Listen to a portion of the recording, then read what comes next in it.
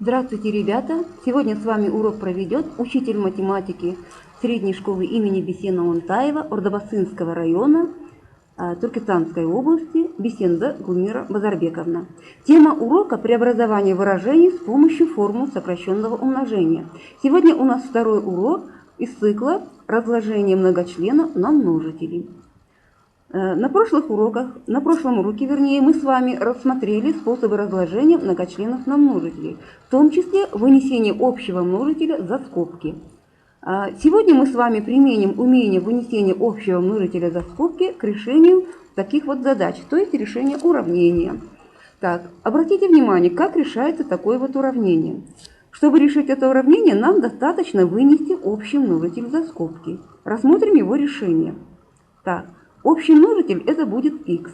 Мы его вынесли, тогда от первого члена у вас остается х, а от второго у нас остается 5. Таким образом, мы его разлагаем на два множителя.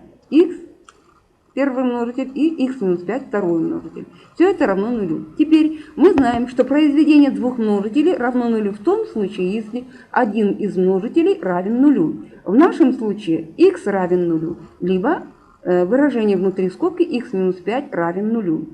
Если х минус 5 равен нулю, тогда значение х равно 5. Таким образом, у нас два решения этого уравнения. Первый ответ х, второй ответ это 5. Это корни этого уравнения. Так, теперь рассмотрим решение второго уравнения. 2х квадрат минус 3х равен нулю. Точно так же выносим общий множитель за скобки. Так, общий множитель у нас будет х. При вынесении х за скобки у нас внутри скобки остается 2х от первого выражения и минус 3 от второго выражения. Произведение двух множителей равно нулю, если один из множителей равен нулю. Значит, у нас х будет равен нулю, либо выражение внутри скобки 2х минус 3 равен нулю. Раз так, у нас 2х будет равен 3, тогда х равен 1,5. Итак, у нас получается два ответа, два корня уравнения. Первый корень равен нулю, второй корень 1,5. Итак, ребята, мы рассмотрели решение уравнений с помощью вынесения общего множителя за скобки.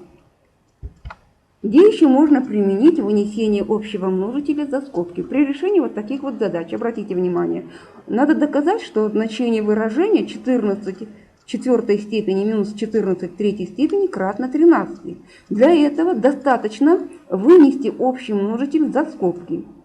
Так, обратите внимание, общий множитель у вас 14 третьей степени. Мы его вынесли, тогда от первого у вас остается 14, от второго члена единица. Внутри скобки мы его пишем. 14 минус 1 у вас 13. То есть получается произведение такое 14 третьей степени умноженное на 13. Мы знаем, что это произведение делится на 3, на 13 вернее. Так. Точно так же решаем и вторую задачу. 8 в шестой степени плюс 8 в четвертой степени кратно 65. Надо доказать, что она кратно 65. Для этого за скобки выносится 8 в четвертой степени. Тогда от первого члена у вас остается 8 во второй степени, от второго члена плюс 1. 8 во второй степени это 64. Плюс 1, итого 65. Получается такое вот произведение. 8 в четвертой степени умноженное на 65. А мы знаем, что это произведение делится на 65. Что и требовалось доказать. Так, теперь применим полученные знания к выполнению этого задания. Нам нужно заполнить семантическую карту, то есть установить соответствие. Да? Так, первое уравнение y квадрат минус y равен нулю. Вам нужно определить его корни методом вынесения общего множителя за скобки. Так, посмотрим, какой будет правильный ответ. Правильный ответ 0 и 1. Значит, корнями этого уравнения являются 0 и 1. Так, второе уравнение 7х квадрат минус 14х равен нулю. Тоже нужно вынести общий множитель за скобки, разложить на множители, приравнять к нулю и найти корни этого уравнения. Так, ответ 0 и минус 2. Значит, корнями этого уравнения являются 0 и минус 2. И последнее уравнение 3х квадрат плюс 6х. Точно так же находим его решение вынесением общего множителя за скобки. Так, итак, верный ответ. Корнями уравнения являются 0 и минус 2. Ребята, у вас сейчас есть прекрасная возможность поработать и свериться с правильными ответами.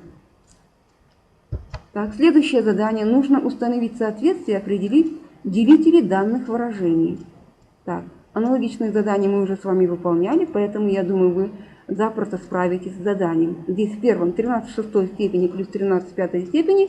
Что нужно сделать? Общий множитель вынести за скобки, да?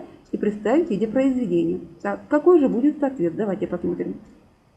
Ответ 14. Значит, делителем этого выражения является 14.